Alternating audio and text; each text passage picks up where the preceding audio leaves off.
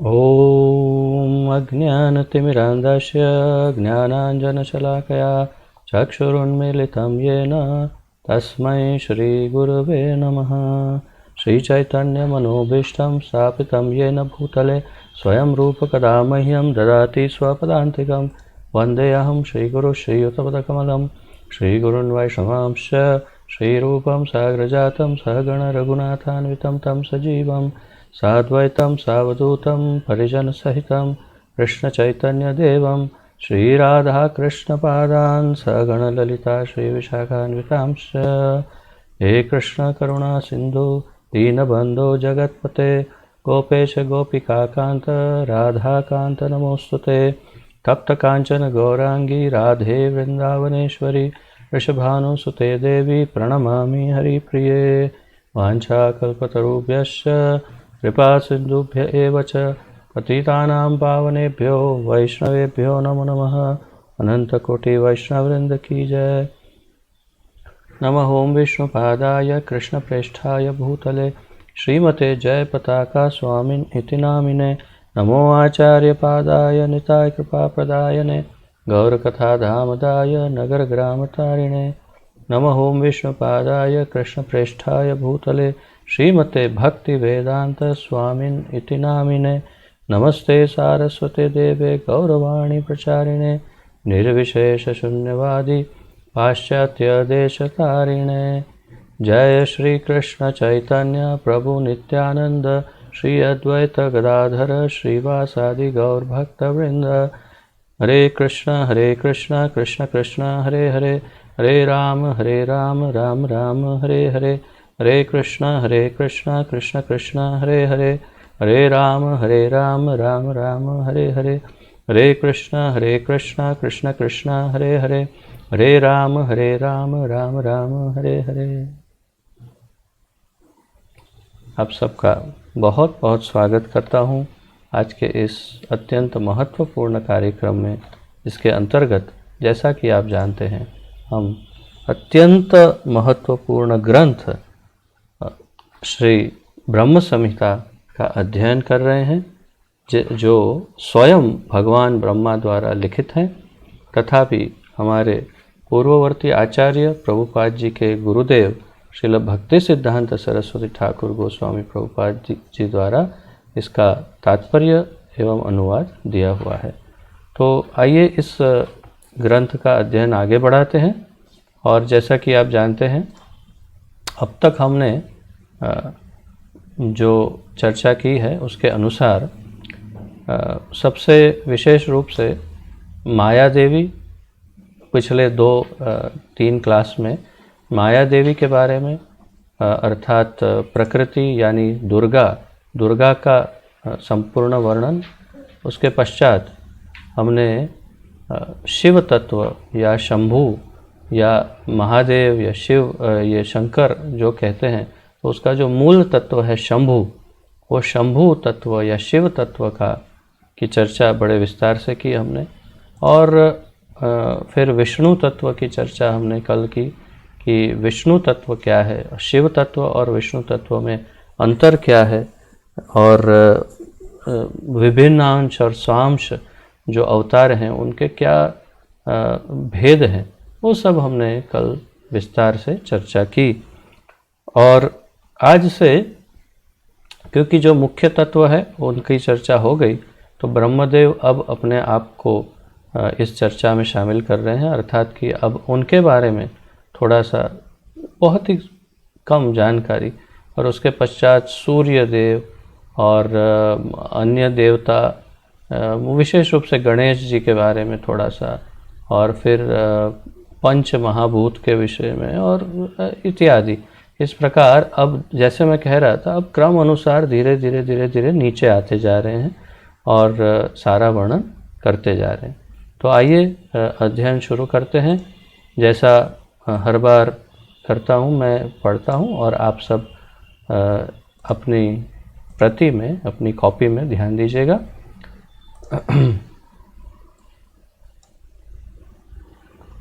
तो कल हमने श्लोक 8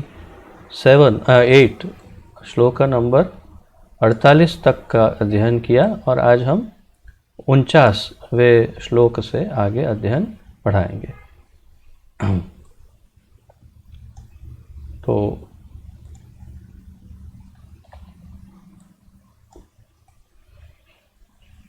श्री ब्रह्म संहिता श्लोक नंबर 49। भास्वन् यथाश्यम भास्वन् यथा क्षमा कीजिए।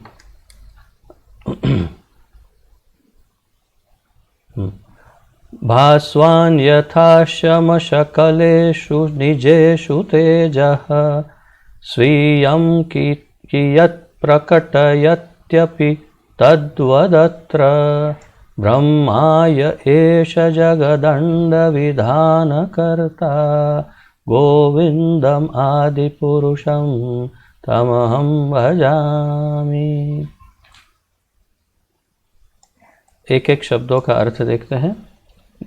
भास्वान प्रज्वलित सूर्य, यथा जैसे, अश्म शकलेषु विभिन्न मूल्यवान रत्नों में, निजेषु अपना, तेजः तेज, स्वीयम अपना, कियत कुछ हद तक, प्रकटयति प्रकट करते हैं, अपि भी, तद्वत् उसी प्रकार, अत्र यहाँ, ब्रह्मा जी, यह जो, एषः वह, जगत अंड विधान करता ब्रह्मांड का मुखिया, गोविंदम आदि पुरुषम तम अहम भजामि।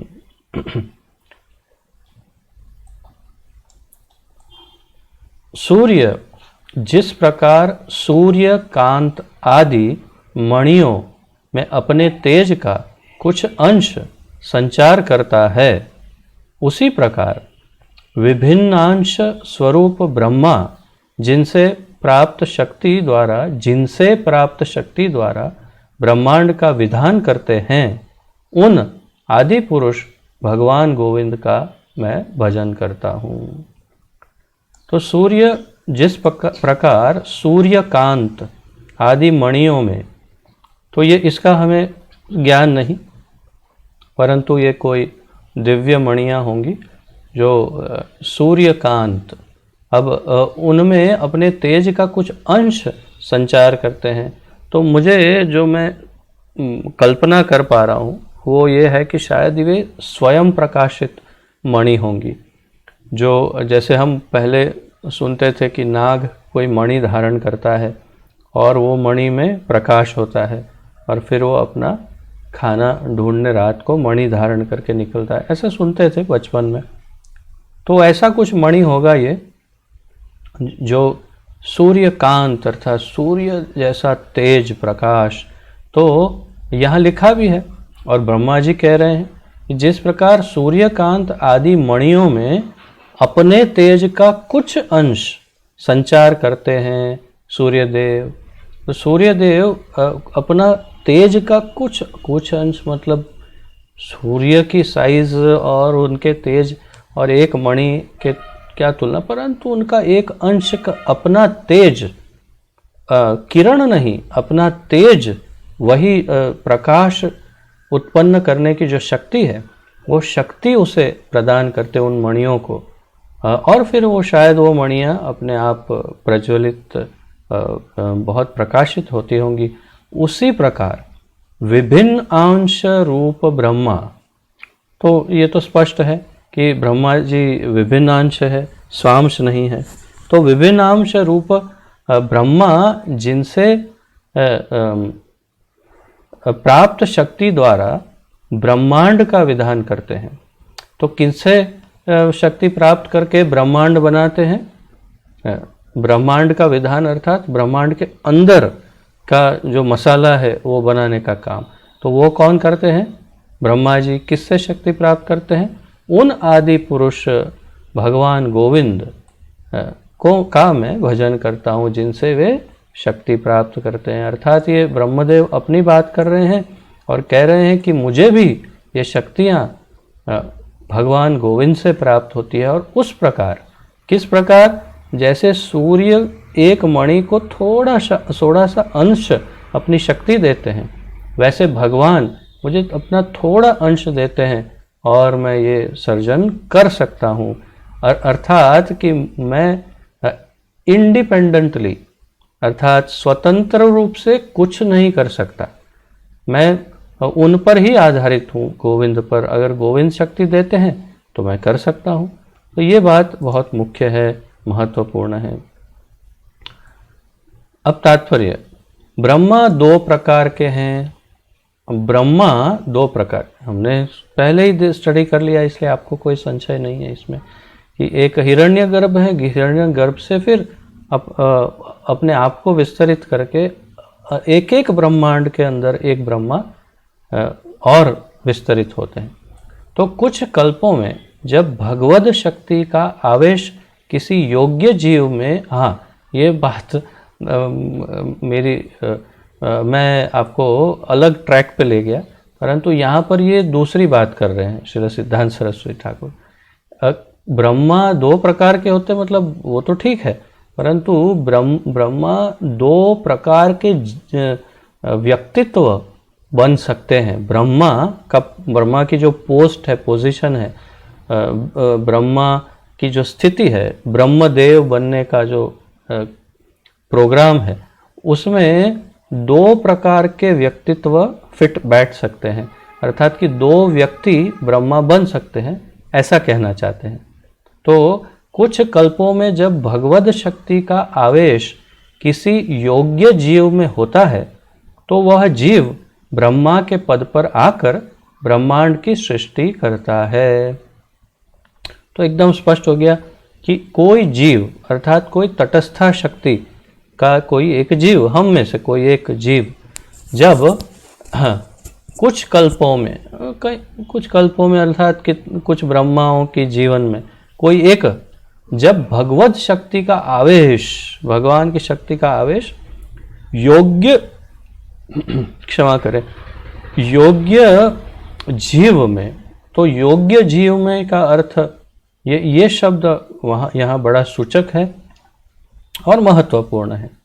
योग्य जीव में अर्थात कि कुछ कल्पों में कोई ऐसा एक जीव प्राप्त होता है कि जो ब्रह्मा बनने के योग्य होता है, और जो योग्य होता है उसमें भगवान अपनी शक्ति संचरित करते हैं और फिर वो जीव ब्रह्मा के पद पर आकर ब्रह्मांड की सृष्टि करता है।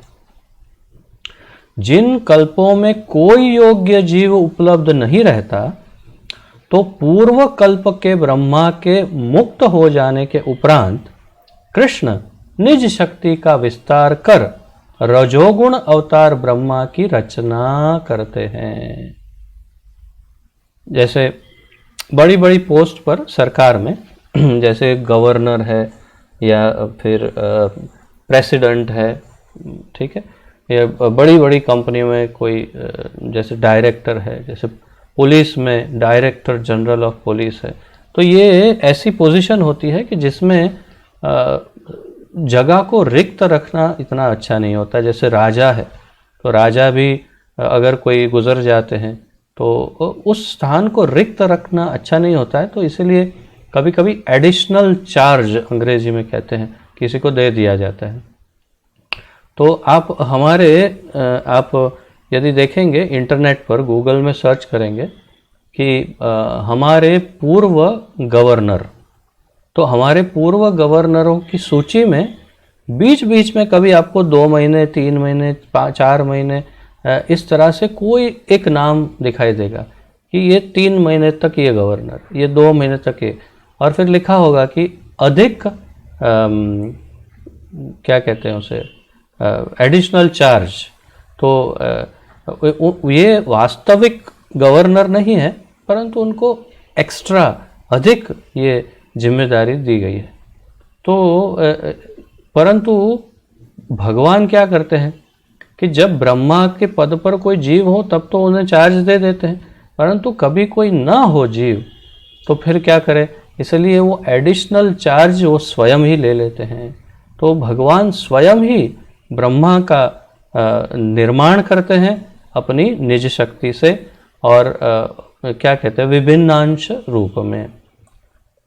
तो ये बात हम काफ़ी समय से सुनते आ रहे हैं, लेकिन यहाँ पर बिल्कुल स्पष्ट श्रील सिद्धांत सरस्वती ठाकुर कह रहे हैं, जिसे हमें एकदम समझकर इसे फिर याद रखना चाहिए। इसलिए फिर से एक बार पढ़ता हूँ। जिन कल्पों में कोई योग्य जीव उपलब्ध नहीं रहता, तो पूर्व कल्प के ब्रह्मा के मुक्त हो जाने के उपरांत, अर्थात रिटायर हो जाने के बाद, और जैसे ये रिटायर हो गए, अब क्या करेंगे, पोस्ट खाली हो गई, तो रिटायर हो गए मतलब मुक्त हो गए, अर्थात वो निज भगवान के धाम में उनकी लीला में चले गए, क्योंकि तो महाभागवत है, तो चले गए। अब जब जगह खाली हुई तो क्या हुआ, कृष्ण निज शक्ति का विस्तार कर रजोगुण अवतार ब्रह्मा की रचना करते हैं। विधान के आधार पर ब्रह्मा सामान्य जीव से श्रेष्ठतर हैं। विधान के आधार पर सामान्य जीव से श्रेष्ठ, अब ये सामान्य जीवों से एक नहीं माने जाते ब्रह्मा को, किंतु वे प्रत्यक्ष भगवान नहीं हैं, किंतु ये प्रत्यक्ष भगवान नहीं है। तत्वतः ब्रह्मा की तुलना में शंभु में अधिक भगवत्ता रहती है। ये और एक महत्वपूर्ण पॉइंट है जो आप नोट कर सकते हैं कि तत्वतः ब्रह्मा की तुलना में शंभु में अधिक भगवत्ता रहती है। एक एक शब्द महत्वपूर्ण है। ब्रह्मा जी और शिव जी की तुलना कर रहे हैं, और माफ कीजिए, मूल रूप से शंभु की तुलना हो रही है, और शंभु और ब्रह्मदेव में अगर तुलना करें तो जो शिव तत्व है उसमें भगवत्ता अर्थात भगवान जैसे गुण अधिक रहते हैं ब्रह्मदेव से। मूल तात्पर्य यह है कि जीवों में पाए जाने वाले कुल 50 गुण ब्रह्मा में पूर्णतर रहते हैं। तो ब्रह्मा में जैसे मैं बता रहा था 55 गुण, वास्तव में आगे यहाँ बताएंगे कि 55 गुण ही रहते हैं, परंतु जो 50 गुण हैं वो 50 गुण पूर्णतर रहते हैं। अर्थात जीवों में 50 गुण पूर्ण रूप से नहीं हो सकते या कभी नहीं होंगे, कुछ मात्राएं कम होगी गुण की। गुण हो सकता है लेकिन थोड़ा मात्रा कम। अब कैसे समझाएं, जैसे कि मुझे गाना आता है, संगीत गाना मैं गा सकता हूँ, और ये हमारे लोकनाथ महाराज को भी गाना आता है, वो भी संगीतकार है, गाते हैं, मैं भी गाता हूँ, पर उनके गाने में और उनके गाने के गुणवत्ता में और मेरे गाने में अंतर है बहुत। तो गायक मैं भी कहा जा सकता हूँ, परंतु मैं कैसा गाता हूँ और वो कैसा गाते हैं, तो ये जैसे गुण एक है लेकिन अंतर है गुण की मात्रा में, वैसे ही 50 गुण पूर्ण रूप से ब्रह्मदेव में रहते हैं। इसके अतिरिक्त जीवों में अप्राप्य 5 गुण भी ब्रह्मा में अल्पांश मात्रा में रहते हैं। तो कल भी हमने पढ़ा था कि शंभु में 5 गुण अतिरिक्त रहते हैं जीवों के उपरांत, जो कभी जीवों में नहीं हो सकते और वो भी अल्प मात्रा में रहते हैं। परंतु यहाँ लिखा है कि ब्रह्मदेव में ये 5 गुण रहते हैं, परंतु अल्प अंश मात्रा में, अल्प मात्रा में भी नहीं, अल्प अंश मात्रा में। अर्थात शिवजी में ये जो 5 गुण शंभु में है वही 5 गुण, परंतु और भी कम मात्रा में, शंभु से भी कम मात्रा में ये 5 गुण ब्रह्मदेव में रहते हैं, ऐसा कह रहे हैं श्रील सिद्धांत सरस्वती ठाकुर। तो इसके अतिरिक्त जीवों में अप्राप्य 5 गुणों भी ब्रह्मा में अल्प अंश मात्रा में रहते हैं, किंतु शंभु में जीवों के 50 गुण एवं ब्रह्मा के अतिरिक्त 5 गुण ब्रह्मा से भी अधिक मात्रा में पाए जाते हैं। एकदम स्पष्ट कर दिया, कोई डाउट की गुंजाइश नहीं, एकदम स्पष्ट कि वही 5 गुण शंभु में है परंतु ब्रह्मदेव से अधिक मात्रा में। बस मतलब मैंने आपको जैसे समझाया, मात्रा अधिक, गुण वही परंतु अधिक स्ट्रॉन्ग वही गुण। तो ये बिल्कुल स्पष्ट हो गया, ब्रह्मदेव की स्थिति एकदम स्पष्ट हो गई कि वो मूल रूप से जीव तत्व होते हैं परंतु जीव तत्व से कई गुना उन्नत हैं। परफेक्टेड ह्यूमन बीइंग जिसे कह सकते हैं, तो परफेक्टेड जीव है जो 50 गुण एकदम पूर्ण मात्रा में है, 5 गुण अतिरिक्त अंश मात्रा में है। और जब कोई ऐसा जीव प्राप्त नहीं होता, अच्छा जीव है तो भी भगवान की शक्ति उन्हें मिलती है अंश रूप में, फिर वे निर्माण करते हैं, परंतु जब वो जीव नहीं प्राप्त होता तो भगवान अपनी शक्ति से, रजोगुण शक्ति से वे निर्माण करते हैं ब्रह्मदेव का। अब श्लोक 50।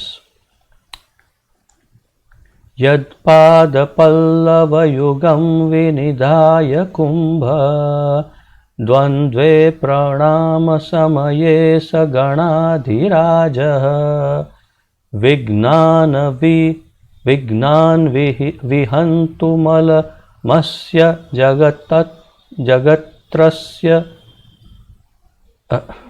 जगत्त्रयस्य गोविंदम आदिपुरुषं तमहं भजामि।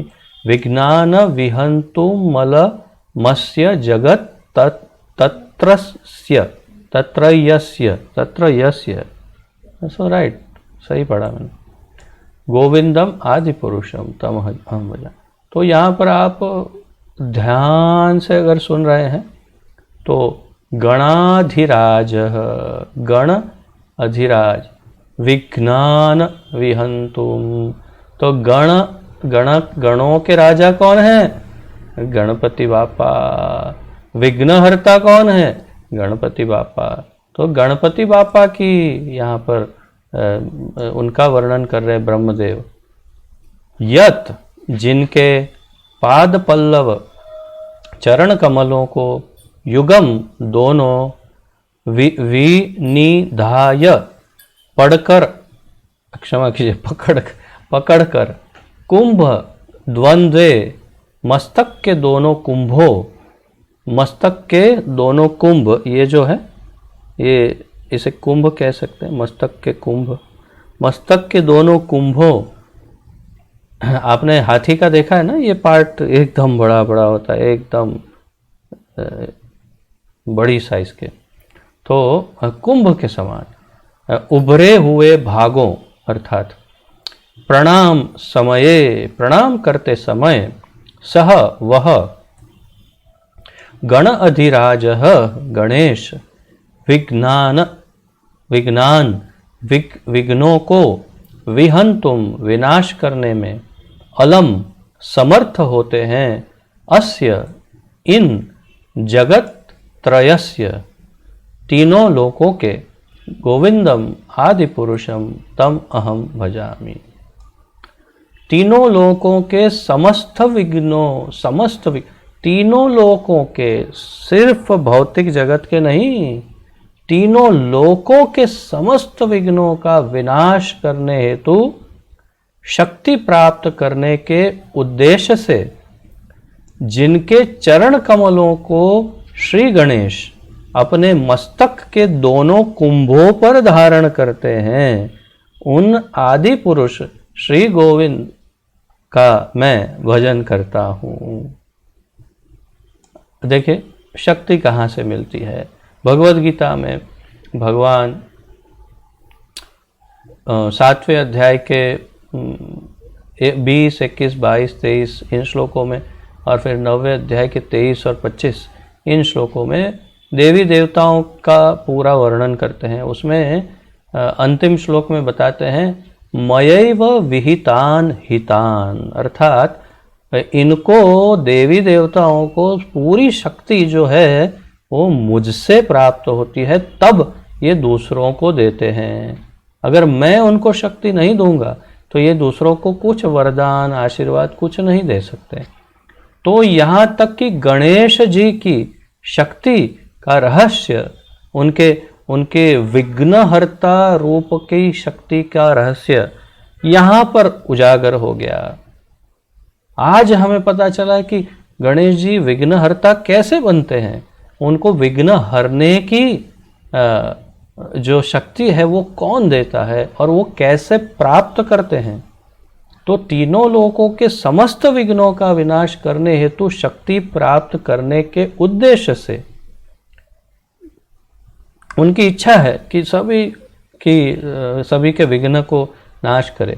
तो उस शक्ति कहाँ से मिले? तो शक्ति प्राप्त करने के उद्देश्य से जिनके चरण कमलों को श्री गणेश अपने मस्तक के दोनों कुंभों पर धारण करते हैं, उन आदि पुरुष श्री गोविंद का मैं भजन करता हूँ। तो बहुत स्पष्ट हो गया कि कृष्ण के चरण कमलों को गणेश जी अपने सर पर धारण करते हैं और तब उन्हें वो शक्ति प्राप्त होती है जिससे वे इस त्रिलोक के विघ्नों का हरण कर सकते हैं। तो त्रिलोक विघ्नहर्ता गणेश जी की शक्ति का रहस्य कृष्ण के चरण कमल में है। कितनी स्पष्ट बात हो गई और आज ये रहस्य उजागर हो गया। तो आइए तात्पर्य में देखते हैं क्या कहते हैं श्रील सिद्धांत सरस्वती ठाकुर। भौतिक प्रगति के सारे विघ्नों का विनाश करने का अधिकार गणेश जी को दिया गया है, जो अपने पूजन के योग्य उपासकों द्वारा पूजित होते हैं।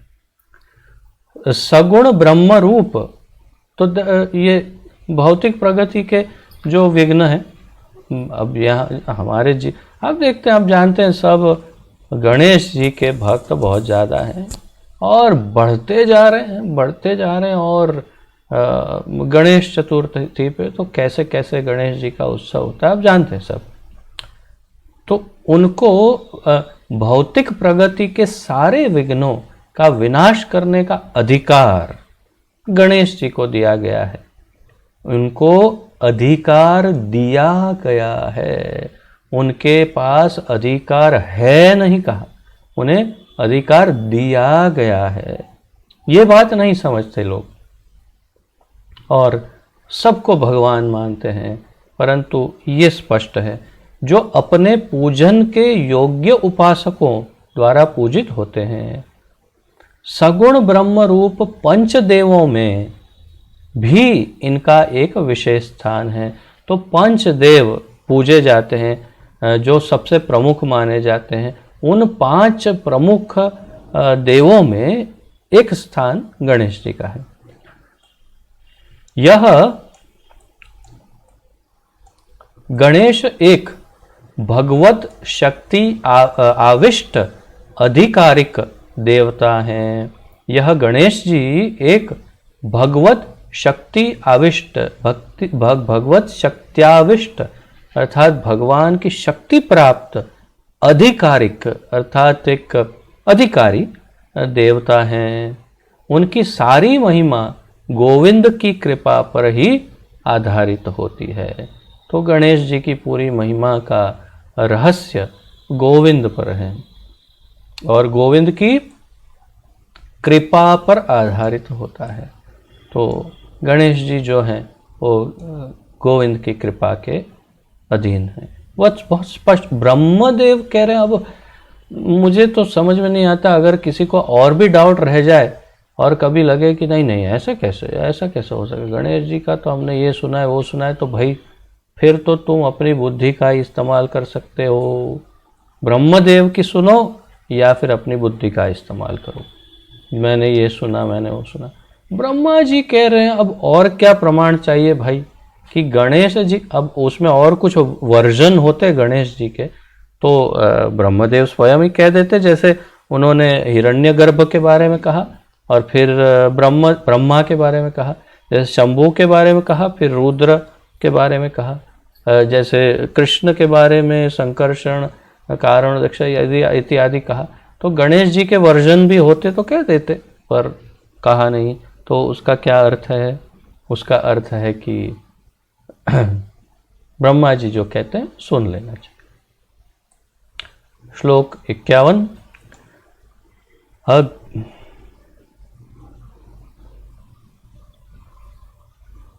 अग्निर्मही गगनाम्बु मरुदृशश्च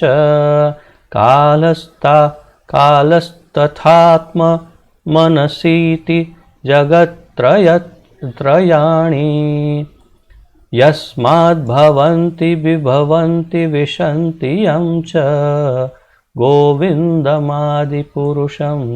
तमहं भजामि।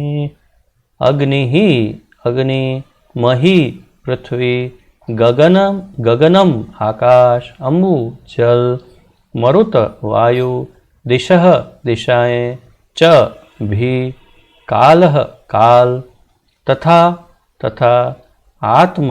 आत्मा, मनसी और मन। आपको समझ में आ रहा होगा कि सारे किसका किसका नाम ले रहे हैं।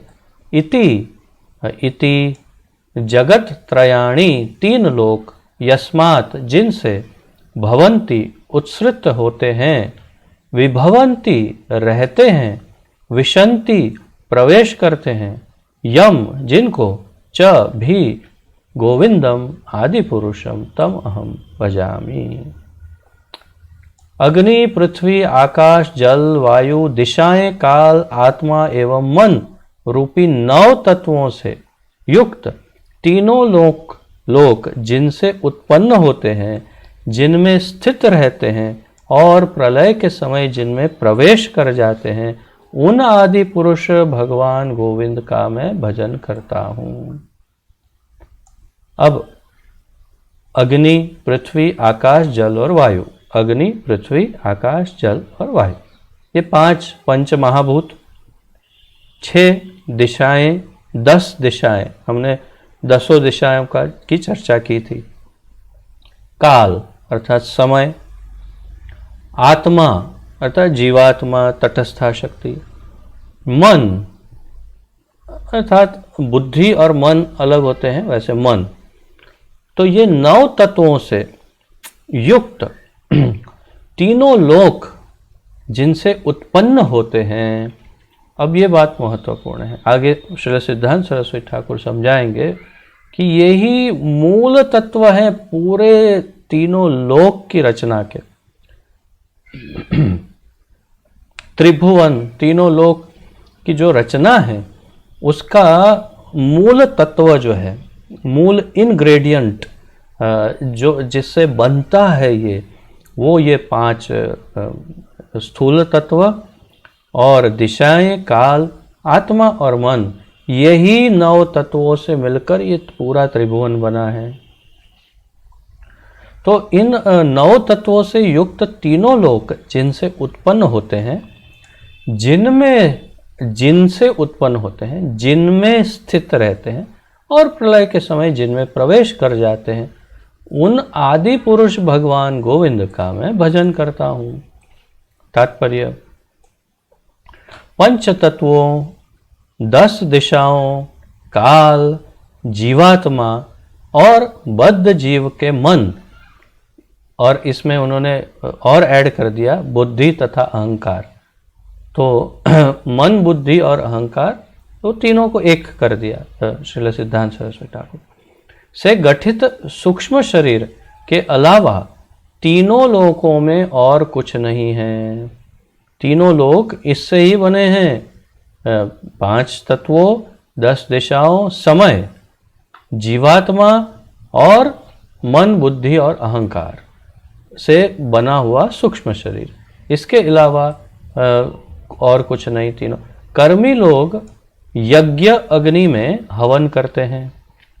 समस्त बहिर्मुख जीव इस दृश्य जगत के 9 तत्वों के अतिरिक्त और कुछ भी नहीं जानते। बहिर्मुख जीव अर्थात कृष्ण बहिर्मुख, जो कृष्ण से विपरीत है।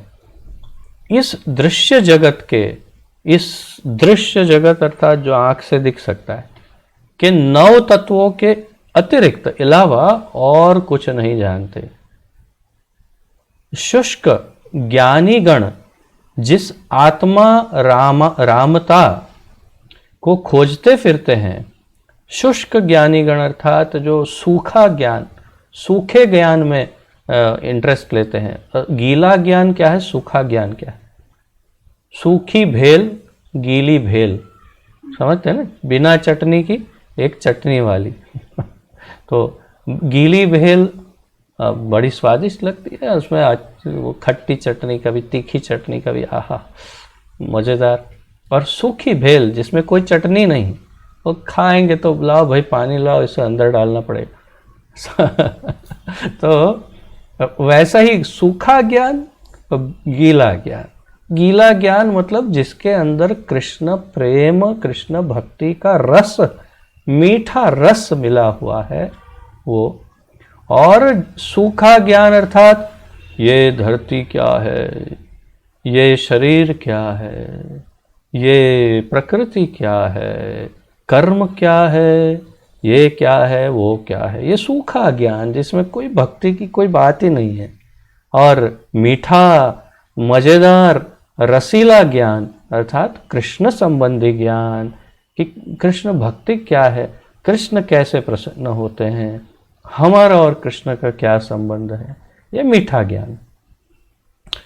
तो ये शुष्क ज्ञानी गण जिस आत्मा रामता को खोजते फिरते हैं, अर्थात बस हम अपने आप में आनंद प्राप्त करेंगे, कैवल्य आनंद, कैवल्य मुक्ति को प्राप्त करेंगे, वो जो खोजते फिरते हैं, जीव स्वयं वही आत्मा है। तो जीव स्वयं ही वही आत्मा है। सांख्य शास्त्र में वर्णित आत्मा तथा प्रकृति दोनों तत्वों को ऊपर निहित कर लिया गया है, अर्थात समस्त प्रकार के तत्ववादियों द्वारा निर्दिष्ट तत्व इन 9 तत्वों के अंतर्गत हैं। तो और एक ज्ञान मार्ग में अगर थोड़ा और विशिष्ट चर्चा करें तो कई प्रकार के ज्ञान मार्ग हैं, कई प्रकार, इतने विभाजन है ज्ञान मार्ग में कि क्या उसमें तो मुझे लगता है एक आधा दिन निकल जाए उसकी चर्चा करते, इतने असंख्य विभाजन है ज्ञान मार्ग। उसमें एक है सांख्य योग या सांख्य शास्त्र। मूल सांख्य योग भगवान के जो अवतार हैं कपिल देव, उन्होंने भक्ति को समझाने के लिए सांख्य योग दर्शन प्रस्तुत किया था।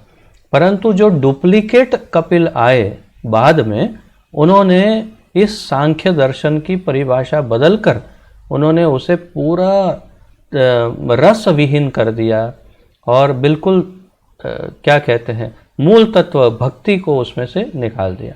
तो ये डुप्लीकेट कपिल आए बाद में और उन्होंने ऐसा काम कर दिया। परंतु जो भगवान कपिल देव हैं, देवहूति और कर्दम मुनि के पुत्र, वो कपिल देव, भगवान कपिल, उन्होंने जो सांख्य दिया वो भक्ति के अनुशीलन के लिए दिया। तो सांख्य शास्त्र में वर्णित आत्मा तथा प्रकृति दोनों तत्वों को ऊपर निहित कर लिया गया है, अर्थात समस्त प्रकार के तत्ववादियों द्वारा निर्दिष्ट तत्व इन 9 तत्वों के अंतर्गत है। तो जो भी तत्ववादी है, जो ये ज्ञान वाले, सब जो चर्चा करते हैं, वो सारी चर्चा ये 9 ही पदार्थ में समाहित है। ये 9 पदार्थ से ही सब बना है। तो ये 9 के अंदर सारा तत्व आ गया। श्री गोविंद इन सारे तत्वों के जन्म, स्थिति एवं विनाश के सूत्र हैं। तो भगवान कृष्ण ही इन सारे तत्वों का प्रकटीकरण, पालन और विनाश करते हैं। श्लोक 52, श्लोक 52। आज बहुत स्पीड में जा रहे हैं हम। यच्चक्षुरेश सविता सकलग्रहाणां राजा समस्तसुरमूर्तिरशेष तेजाः यस्याज्ञया भ्रमति संभृतकालचक्रो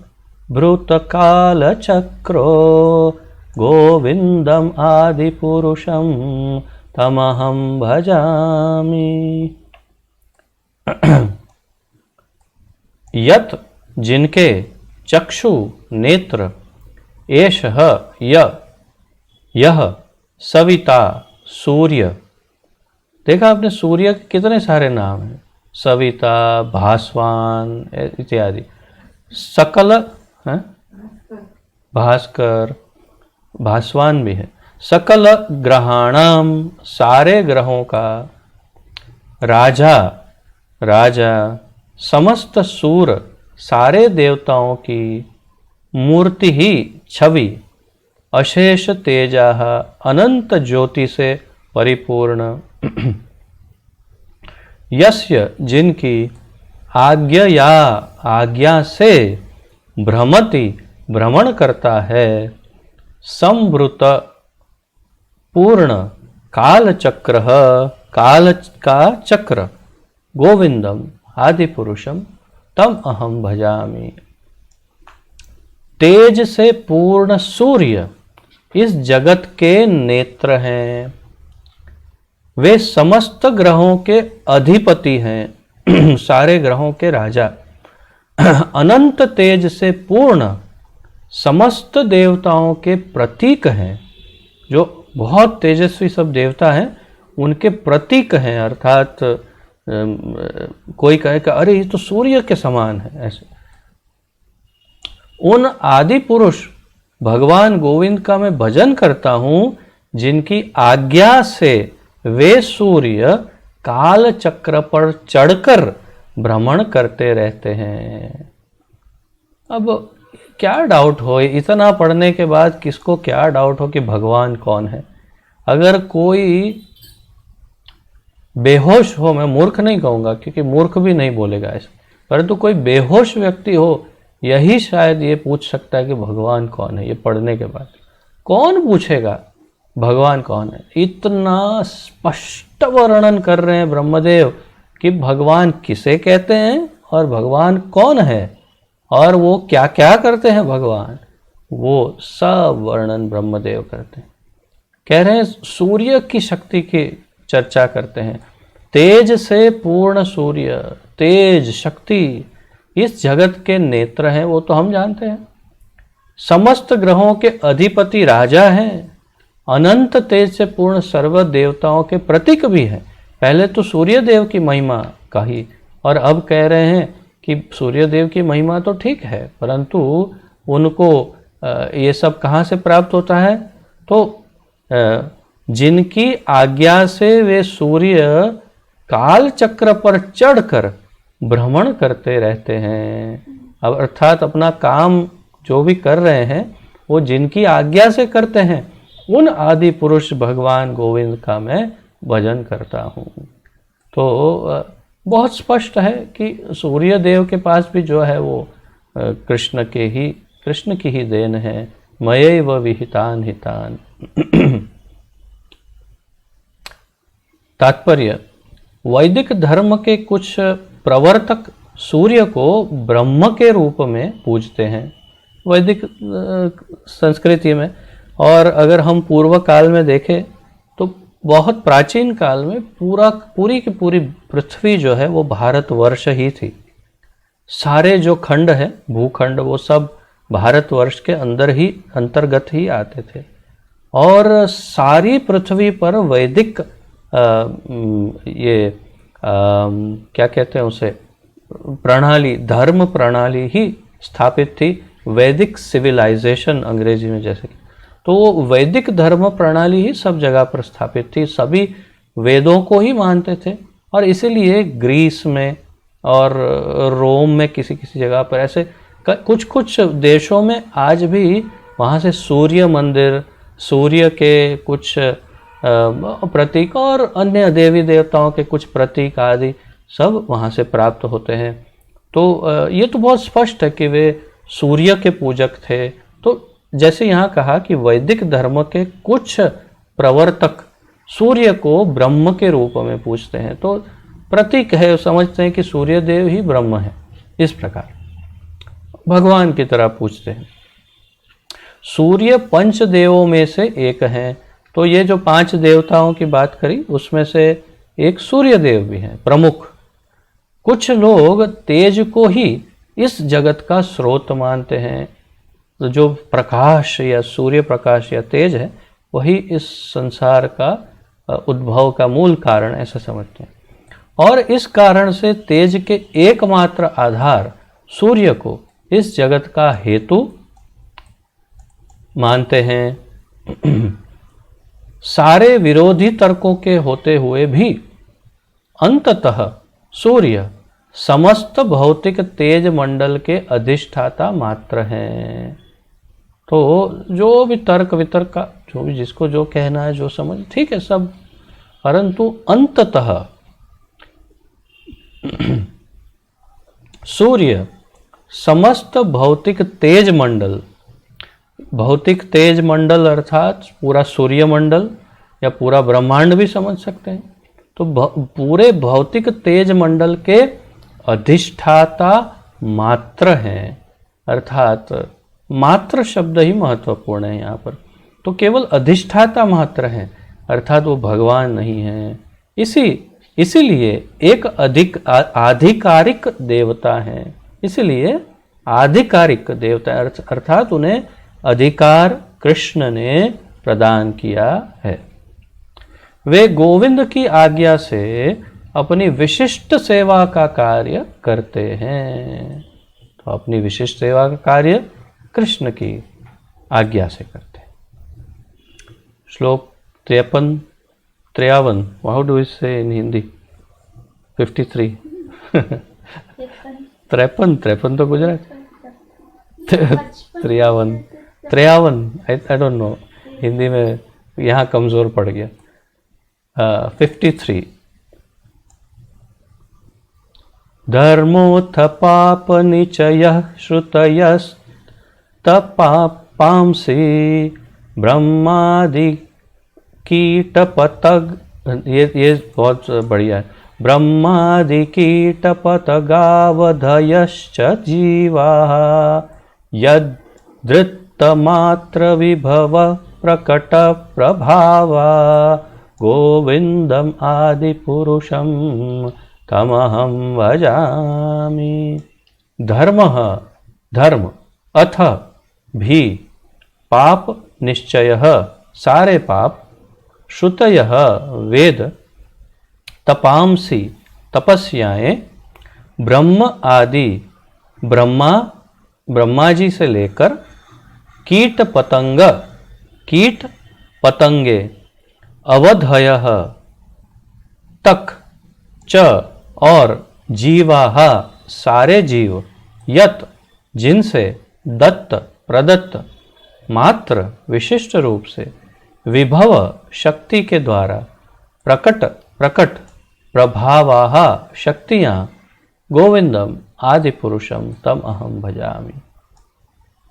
सभी धर्म, पाप समूह, वेद, तपस्याएं और ब्रह्मा से लेकर कीट पतंग तक समस्त प्रकट जीव जिनके द्वारा प्रदत्त शक्तियों से पालित होते हैं, उन आदि पुरुष भगवान गोविंद का मैं भजन करता हूँ। सभी धर्म, पाप समूह, वेद, तपस्याएं, ब्रह्मा से लेकर कीट पतंग तक सभी प्रकट जीव। तो ब्रह्मा जी ने यहाँ अपने आप को जीव बताया है, देखा, जिनके द्वारा प्रदत्त शक्तियों से पालित होते हैं, अर्थात जिसका पालन होता है, उन आदि पुरुष भगवान गोविंद का मैं भजन करता। तात्पर्य, धर्म का अर्थ है वेदाधिकार प्राप्त, वेद अधिकार प्राप्त 20 धर्म शास्त्रों द्वारा विहित वर्ण और आश्रम के कर्म। तो ये बात यहाँ स्पष्ट कर रहे हैं कि बहुत सारे ग्रंथ हैं, बहुत सारे शास्त्र हैं, परंतु इसमें से 20 हैं जो मान्यता प्राप्त, वेद अधिकार प्राप्त धर्मशास्त्र माने जाते हैं। क्षमा कीजिएगा। जैसे कि 4 वेद, 18 पुराण है, उसमें से कुछ पुराण, 108 उपनिषदों में से कुछ उपनिषद, और भगवत गीता, महाभारत है, तो भागवत, भागवत तो अगर हम पुराणों में गिन लें, और रामायण मान लो, तो इस प्रकार कुछ इन सभी इस पूरे समूह में से 20 और कई संहिताएं हैं, भाष्य है, वेदांत सूत्र है, क्या क्या नहीं है। इन सब में से 20 ऐसे हैं जो वेद अधिकार प्राप्त धर्मशास्त्र कहे जाते हैं। उन 20 अधिकार प्राप्त धर्मशास्त्रों के द्वारा विहित उनमें जो लिखा है वर्ण और आश्रम के कर्म, उसे धर्म कहा है। धर्म का क्या अर्थ है कि वर्णाश्रम धर्म, वर्ण और आश्रम के जो धर्म है उसे धर्म कहा। उनमें से वर्ण धर्म कौन से हैं? ब्राह्मण, क्षत्रिय, वैश्य और शूद्र। ये जो 4 है ये वर्ण है। ब्राह्मण, क्षत्रिय, वैश्य और शूद्र के स्वभाव जनित कर्म हैं। स्वभाव जनित कर्म। श्री सिद्धांत सरस्वती ठाकुर भी बड़ा संभल के कह रहे हैं, कहीं भी गलती से कोई ये ना समझ ले कि जन्म से, इसलिए स्वभाव जनित कर्म कह रहे हैं। जो कृष्ण ने भगवत गीता में कहा, चातुर्वर्ण्यम मया सृष्टम गुण कर्म विभागशः। चातुर्वर्ण्यम मया सृष्टम गुण कर्म विभागशः। तो स्वभाव जनित जो कर्म जिनके हैं उसके अनुसार जो ब्राह्मण, क्षत्रिय, वैश्य और शूद्र हैं वो है वर्ण, वर्ण धर्म। एवं आश्रम धर्म वे कर्म हैं जो ब्रह्मचर्य, गृहस्थ, वानप्रस्थ और सन्यास के यथा योग्य आश्रमियों के उपयुक्त होते हैं। तो वर्णाश्रम धर्म, उसमें 4 वर्णों के धर्म और 4 आश्रम के जो धर्म हैं उसे वर्णाश्रम धर्म कहा, या उसे ही धर्म का कह रहे हैं। मानव जाति के समस्त आचरण इन्हीं 2 विभागों में निहित हैं। ये बहुत महत्व, हमारे श्रील प्रभुपाद जी ने भी वर्णाश्रम को बड़ा महत्व दिया है, और वे वैसे इसे वैदिक वर्णाश्रम धर्म और भक्तों के लिए विशेष वर्णाश्रम की बात करते हैं। तो जो भक्तों का वर्णाश्रम धर्म है वो सामान्य वर्णाश्रम से अलग है, और वो शुद्ध वर्णाश्रम धर्म है जिसमें भक्ति का मूल रूप से, मुख्य रूप से अनुशीलन होता है। भले वो चारों में से किसी भी वर्ण में हो या चारों में से किसी भी आश्रम में हो, उसे मूल रूप से भक्ति का अनुशीलन करना है। उन्हें हमारे प्रभुपाद जी महत्व देते हैं। और यहाँ पर भी श्रील सिद्धांत सरस्वती ठाकुर कह रहे हैं कि मानव जाति के समस्त आचरण, जो भी बिहेवियर कर रहा है, जो जैसा वर्ताव कर रहा है, जो भी कर रहा है आचरण, वो इन्हीं 2 विभागों में निहित है। तो अर्थात कोई जो भी कर रहा है वो या तो इन 4 वर्ण में कोई एक तो है ही, और 4 आश्रम में से भी कोई एक निश्चित रूप से है ही, चाहे वो माने चाहे नहीं माने। ये निश्चित है कि वो 4 में, इसमें से 4 या उसमें से 4 में से एक अवश्य होगा। पाप का अर्थ है अविद्या। तो पहले धर्म समझाया, अब पाप, क्योंकि अलग अलग बातें कही ना ब्रह्मदेव ने, तो अब पाप। तो पाप का अर्थ है अविद्या, सारे पापों तथा दुर्वासनाओं का मूल। तो अविद्या ही सारे पाप और दुर्वासनाओं का मूल है। ज्ञान नहीं होना, या विद्या नहीं होना, या विवेक नहीं होना जो ज्ञान से आता है, विवेक, वो विवेक नहीं होना जो मूल रूप से विद्या ही। तो जो अविद्या है वही पापों का मूल है। अब किस प्रकार उदाहरण ले सकते हैं? कि जैसे कोई व्यक्ति चोरी कर रहा है तो उसे शायद मान लेते हैं कि उसे सामान्य, जिसे हम स्टेट लॉज कहते हैं, अर्थात सामान्य भौतिक जो नियम है उसका ज्ञान नहीं, कि चोरी करने से जेल में जाना पड़ता है, ये ज्ञान नहीं मान लेते। अगर वो ज्ञान है तो उसे धर्म का ज्ञान नहीं, धर्म का ज्ञान थोड़ा बहुत है तो कर्म का ज्ञान नहीं उसे, कि कर्म के बंधन में कर्म क्या होते हैं और ऐसे पाप करने से मुझे उन 28 नरकों में से किसी एक नरक में सड़ना पड़ेगा, और उसके वर्णन कभी सुने नहीं उसने, और अगर ये सब सुना भी है तो मानता नहीं, या जो भी है तो उसकी अविद्या के कारण, उसके अज्ञान के कारण वो पाप कर रहे हैं। तो सारे पापी का मूल कारण है अविद्या।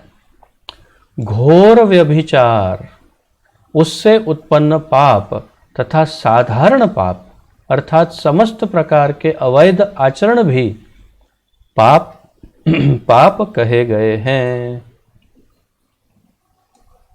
श्रुतियों की श्रेणी में ऋक्, साम, यजुर और अथर्व एवं वेदों के मुकुटमणि रूप उपनिषद आते हैं।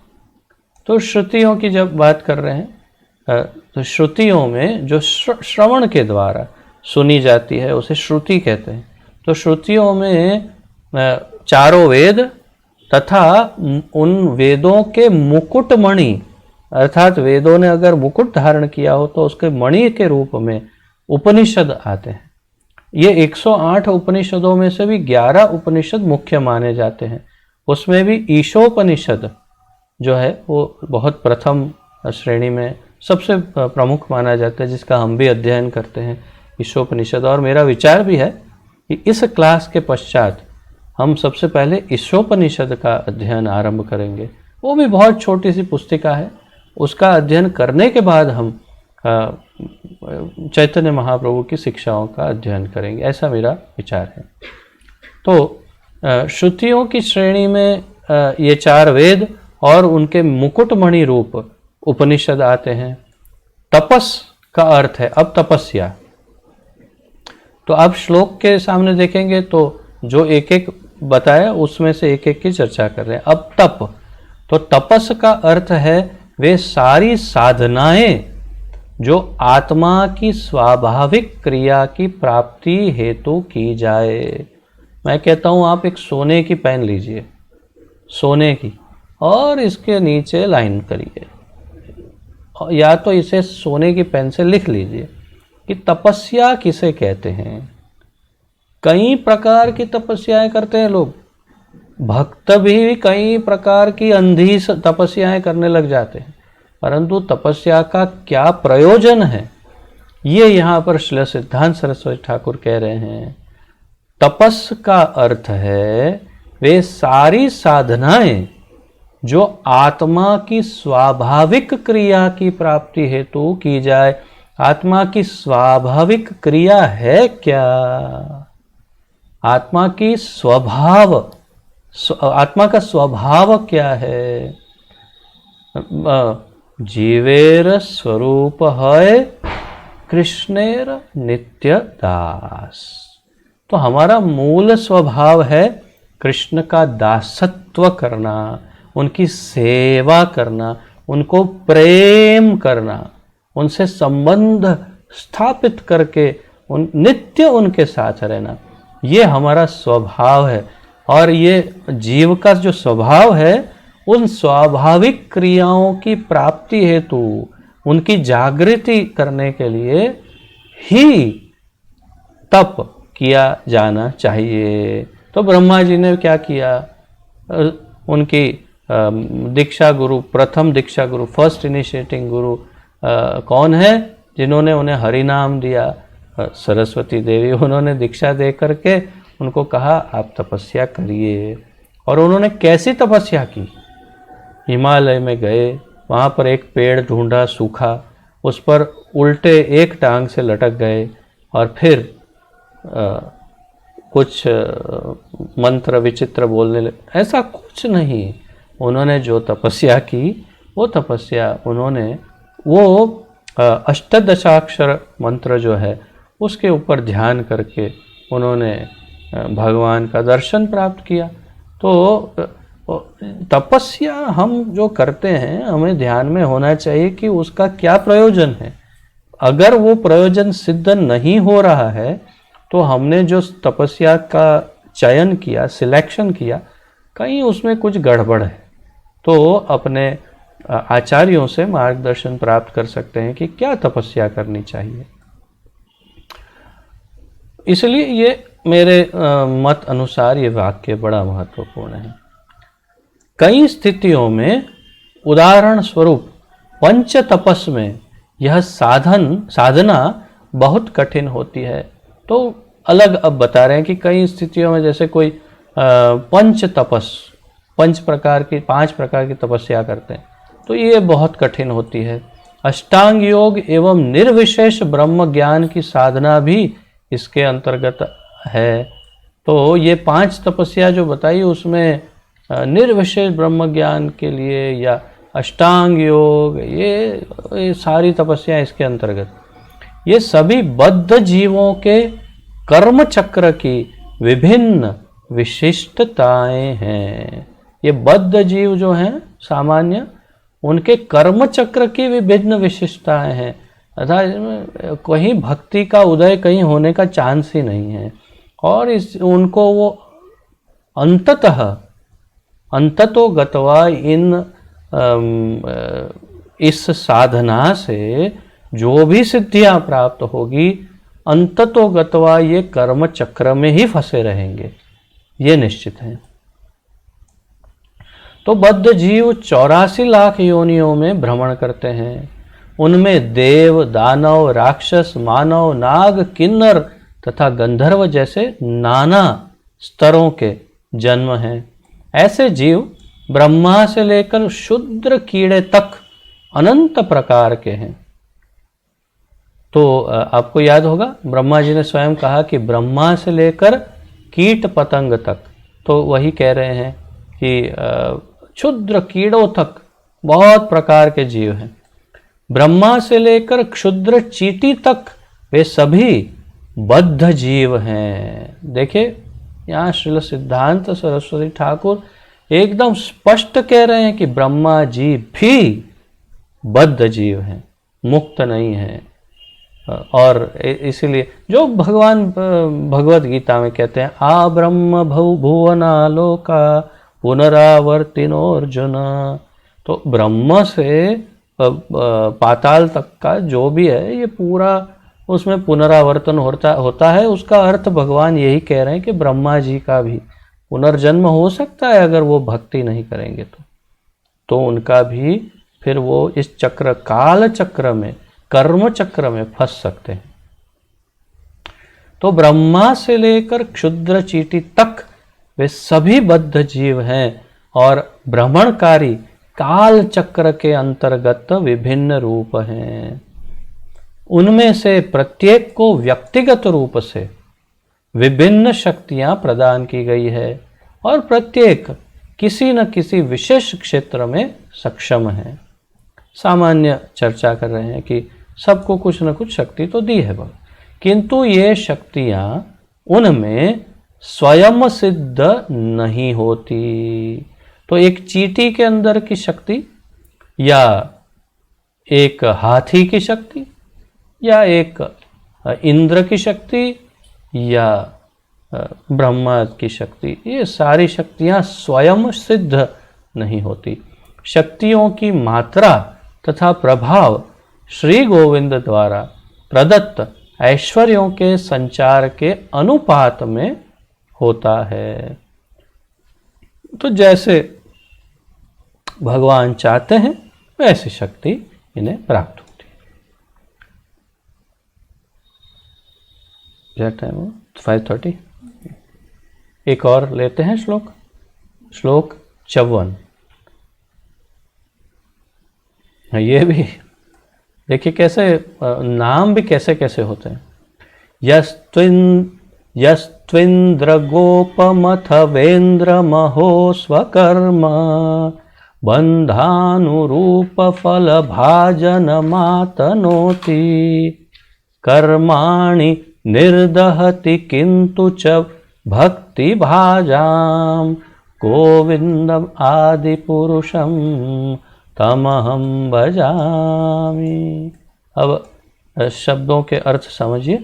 यह वह जो अर्थात गोविंद, तू परंतु, इंद्र गोपम ये नाम है, इंद्र गोप नाम का क्षुद्र कीड़ा, तो इंद्र गोपम अर्थात इंद्र गोप नामक क्षुद्र कीड़े तक, अथवा इंद्रम स्वर्ग के राजा इंद्र तक। बताइए, एक एकदम तुच्छ एक कीड़ा होता है इस धरती पर जिसका नाम है इंद्रगोप, और दूसरे एक इंद्र हैं जो स्वर्ग के राजा हैं। कैसे नाम होते हैं?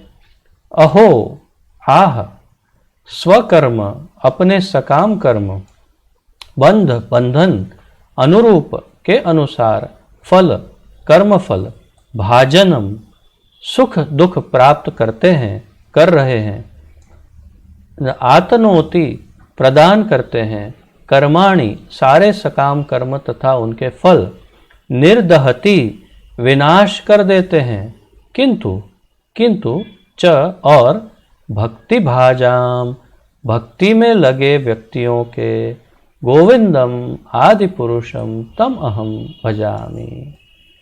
तो ये लगभग वैसा ही है जो भगवान कहते हैं, समोहम सर्वभूतेषु न मे द्वेष्योस्ति न प्रियः ये भजन्ति तु मां भक्त्या मयि ते तेषु च अपि अहम।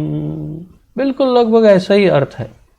भगवान पहले कहते समोहम सर्वभूतेषु, मैं सबके साथ एक समान हूँ, किसी के तरफदारी नहीं करता।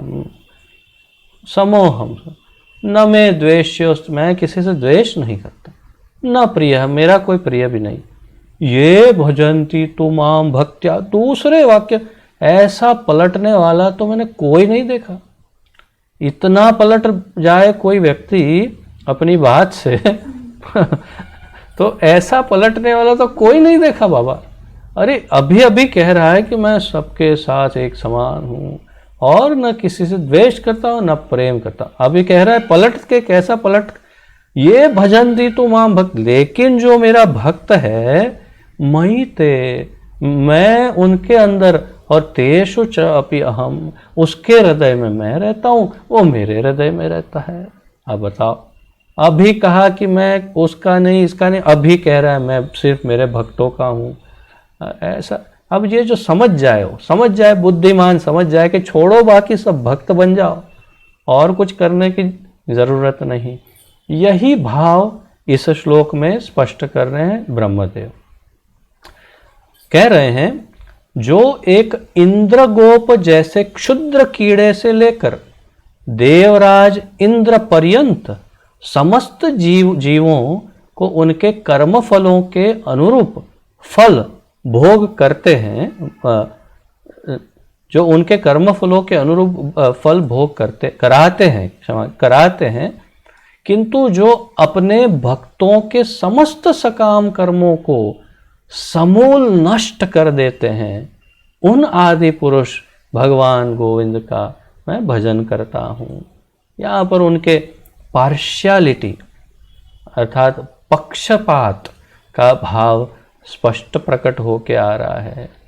इंद्र की भी पक्ष नहीं और क्षुद्र कीड़े का भी पक्ष नहीं, सब अपने अपने कर्मों का फल भोगो जाओ, परंतु जो भक्त हैं उनके सारे कर्मों का समूल नष्ट करके अपने पास ले लेते हैं।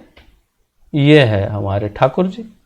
तो जो इंद्रगोप जैसे तुच्छ कीड़े से लेकर इंद्र तक जो सब जीवों का जो कर्मफल है उनके अनुरूप उनका फल भोग कराते हैं अर्थात उनको ऐसी व्यवस्था करते हैं कि तुम अपने कर्मों का फल भोगो बस।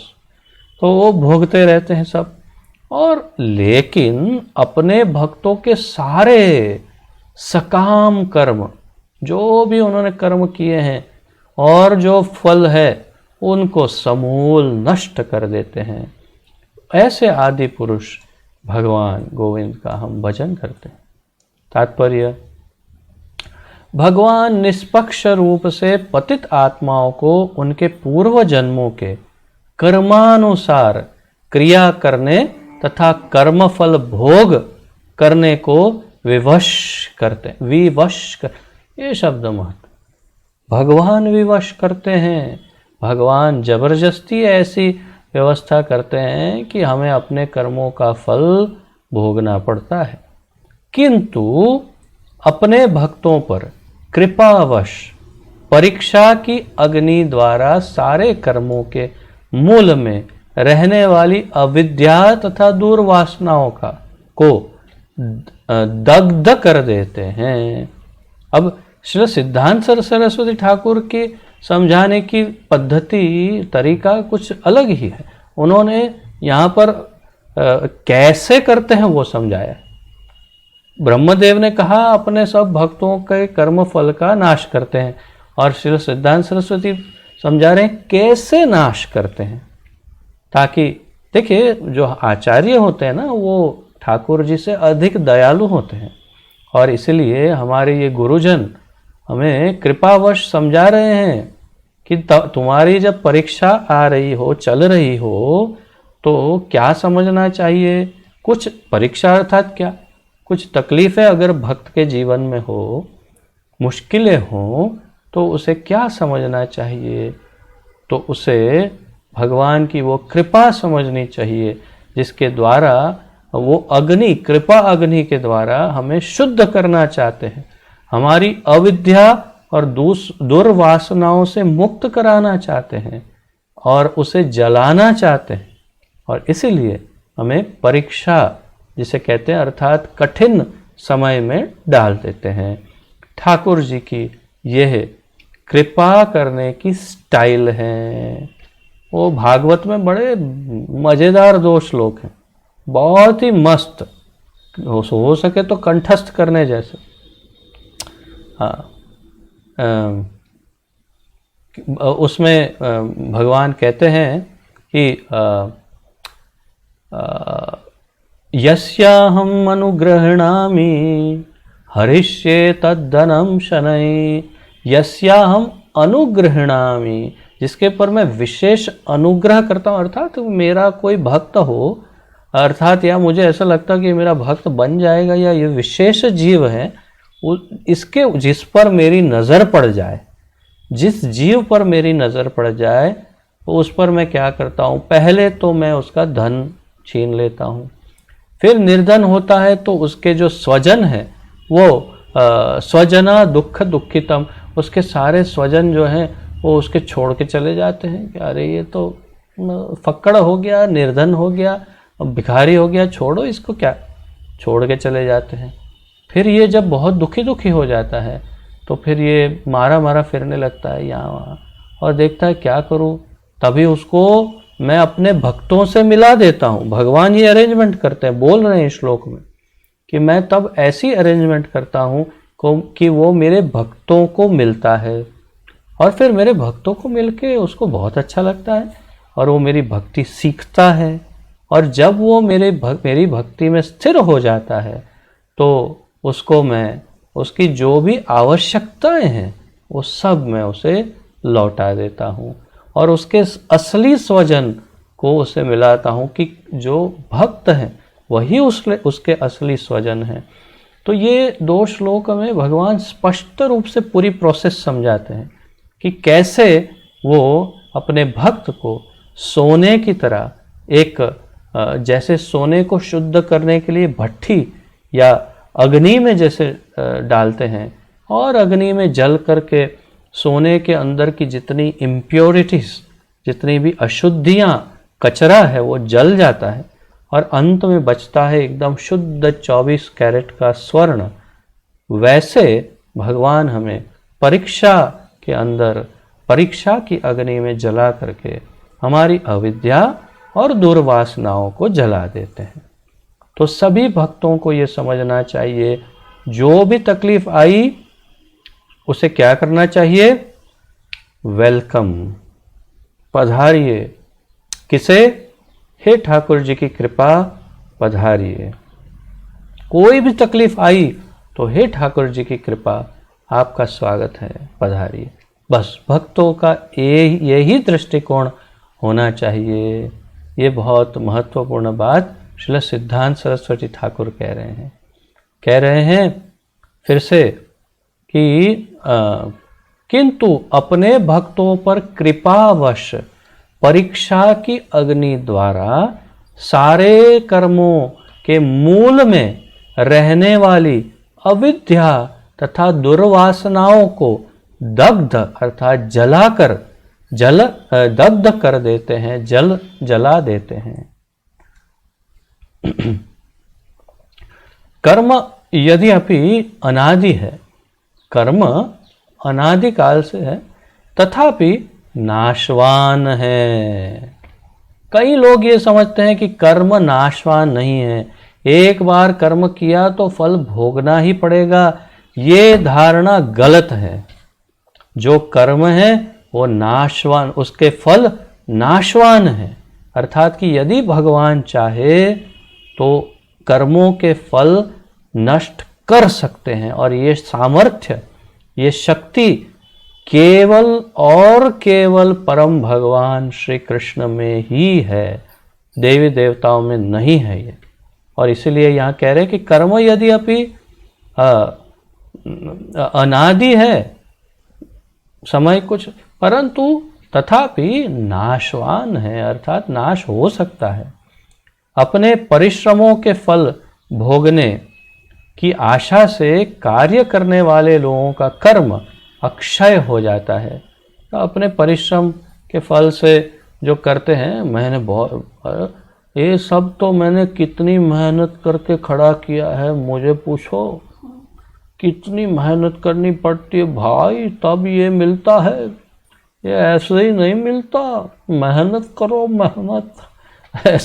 ऐसे जो परिश्रम करने वाले फल की आशा से जो करने वाले, उनके कर्म अक्षय हो जाते हैं, अर्थात उनके कर्मों का नाश ही नहीं होता, न अंत होता है, भोगते जाते हैं कुछ न कुछ, तथा कभी विनष्ट नहीं होता। सिद्धांत सरस्वती ठाकुर कितनी चाबुक मार रहे हैं कर्म योगियों पर। सन्यास भी, अब बाकी तो ठीक है, सन्यास को भी घसीट के ले आए, अभी स्वयं सन्यासी हैं, परंतु जो किस प्रकार का कौन सन्यासी है उसका भी यहाँ वर्णन कर रहे हैं। सन्यास भी विशेष आश्रम के उपयुक्त एक प्रकार का कर्म है। सन्यास भी कर्म है, उसमें मोक्ष इच्छा रूपी फल की कामना होने पर वह कृष्ण को नहीं भाता। कृष्ण को कुछ अच्छा नहीं लगता हो, आप लेना चाहेंगे? आप सबसे पूछ रहा हूँ, नहीं ना? जो कृष्ण को अच्छा नहीं लगता वो लेना चाहेंगे? नहीं। कौन लेना चाहेगा भाई? जो अभक्त है उन्हें कोई चिंता नहीं। तो मोक्ष इच्छा रूपी फल की कामना जो है वो कृष्ण को नहीं भाता। ऐसे सन्यासियों को भी उनके कर्मानुरूप फल मिलता है। तो जो मोक्ष की कामना से सन्यासी बने हैं उनको अपने कर्म के अनुरूप फल मिलता है। यदि वे, जरूरी नहीं कि सन्यास लिया तो मोक्ष हो जाएगा, ये कुछ, उनको कहीं ना कहीं ये 14 भुवन में, 14 लोकों में कहीं ना कहीं जन्म लेना पड़ेगा। यदि वे नितांत निष्कामी भी हो तो उनका कर्म आत्मारामता अर्थात आत्मसुख देकर क्षीण हो जाता है। तो अर्थात वो यदि मायावादी, निर्विशेषवादी या मोक्षकामी या सिद्धिकामी ऐसे कुछ हो तो कोई फायदा नहीं। किंतु शुद्ध भक्त सारे कर्म तथा ज्ञान के प्रयासों को छोड़कर एवं कृष्ण सेवा के अतिरिक्त अन्य समस्त अभिलाषाओं से मुक्त होकर अनवरत कृष्ण की इंद्रियों की तृप्ति द्वारा कृष्ण की सेवा करते हैं। वही श्लोक कौन सा श्लोक गाय ने यहाँ कहा? सही है। तो कौन सा श्लोक है वो? आप सबको स्मरण होगा, माता जी बोल रही है बैकग्राउंड में, यू रिमेंबर विच श्लोका? अन्याभिलाषिता शून्यम इत्यादि। तो जो कृष्ण भक्त हैं वही कृष्ण की इंद्रियों की तृप्ति द्वारा, वो उसकी एक ही इच्छा है कि मैं कृष्ण को कैसे प्रसन्न करूं, उनकी इंद्रियों की तृप्ति। ये अगर आपको नहीं पता हो तो आप पता करिए कि कृष्ण की इंद्रियों की तृप्ति ही एकमात्र ध्येय भक्त का होता है। शुद्ध भक्त वो चाहता है कि कृष्ण प्रसन्न हो, बस। तो वो सेवा करता है। और कृष्ण उन भक्तों के कर्म वासना एवं अविद्या का पूरी तरह ध्वंस कर देते हैं। कृष्ण उन भक्तों के कर्म वासना और अविद्या, इन तीनों का पूरी तरह से ध्वंस कर देते हैं। यह परम आश्चर्य का विषय है कि कृष्ण निष्पक्ष होते हुए भी अपने भक्तों का पूर्ण पक्ष लेते हैं। तो जो हमने शुरुआत में चर्चा की वही बात यहाँ सिद्धांत सरस्वती ठाकुर कह रहे हैं कि ये परम आश्चर्य का विषय है। भगवान के समोहम सर्वभूत, ऐसे ऐसे कई श्लोक कहते हैं। और देखो आश्चर्य, वो मैं पक्ष नहीं लेता करते करते पूरी तरह से अपने भक्तों का पक्ष लेते। वो भी क्या क्या कह रहे हैं? कृष्ण निष्पक्ष होते हुए भी अपने भक्तों का पूर्ण पक्ष लेते हैं, पूरी तरह अपने भक्तों के ही साइड बस मजे करते हैं। तो ये है हमारे ठाकुर जी। तो ये था 54वां श्लोक। और 55वां श्लोक मेरे विचार से हम कल इसका अध्ययन करेंगे। यहीं पर आज विराम लेते हैं। किसी का कोई प्रश्न आदि हो तो अवश्य प्रस्तुत कर सकते हैं, अन्यथा हम यहीं पर आज विराम लेंगे। बस कुछ क्षणों के लिए अपने दिव्य, तेजस्वी, प्रकाशित, सुशोभित, सुंदर मुखारविंद के दर्शन करवा दीजिए। अर्थात अपने वीडियो को कुछ क्षण के लिए ऑन कर सकते हैं। हाँ परेश प्रभु, बहुत अच्छा है। परेश प्रभु हमेशा काम करते रहते हैं और साथ में सुनते भी रहते हैं, तो बहुत सुंदर है। इसी प्रकार कई भक्त अपना कार्य करते करते सुनते रहते हैं, बहुत अच्छा है। तो किसी का कोई प्रश्न आदि हो, कुछ उत्कंठा हो तो प्रस्तुत करिए, कुछ सुझाव, सुधार, टिप्पणी आदि, अन्यथा विराम लेते हैं। बहुत आनंद आया आज, बहुत अच्छा ज्ञान प्राप्त हुआ। और सबसे प्रमुख मेरी दृष्टि से तो ये कि भक्तों की कैसी तरफदारी करते हैं ठाकुर जी, ये सबसे मधुर ज्ञान प्राप्त हुआ आज के सारे ज्ञानों में, मेरे मत अनुसार। ठीक है, एनी क्वेश्चंस? नथिंग? ओके, ठीक है। तो आप सबका बहुत बहुत धन्यवाद करते हुए प्रणति निवेदन करके विराम लेते हैं। और विराम लेने से पूर्व आज हमारे परम पूजनीय हमारे शिक्षा गुरु श्रील जशोमती नंदन प्रभु जी का पूरे गुजरात में उनका जो ग्लोरिफिकेशन है, उनका स्तुतिकरण, उसका प्रोग्राम ये जूम पर है। मैंने वो लिंक फ़ोटो आपको सबको सभी व्हाट्सएप ग्रुप्स में भेजा है, तो आप उसे ज्वाइन करिए। मेरा ऐसा मानना है दृढ़ रूप से कि शायद हिंदी में ही करेंगे, क्योंकि सब सिर्फ गुजरात के लोग हैं, तो अवश्य ये प्रोग्राम हिंदी में ही होना चाहिए। 3 घंटे का प्रोग्राम है, परंतु अगर संभव हो तो ज्वाइन करिए, बहुत आनंद आएगा उनके गुणगान सुनने में।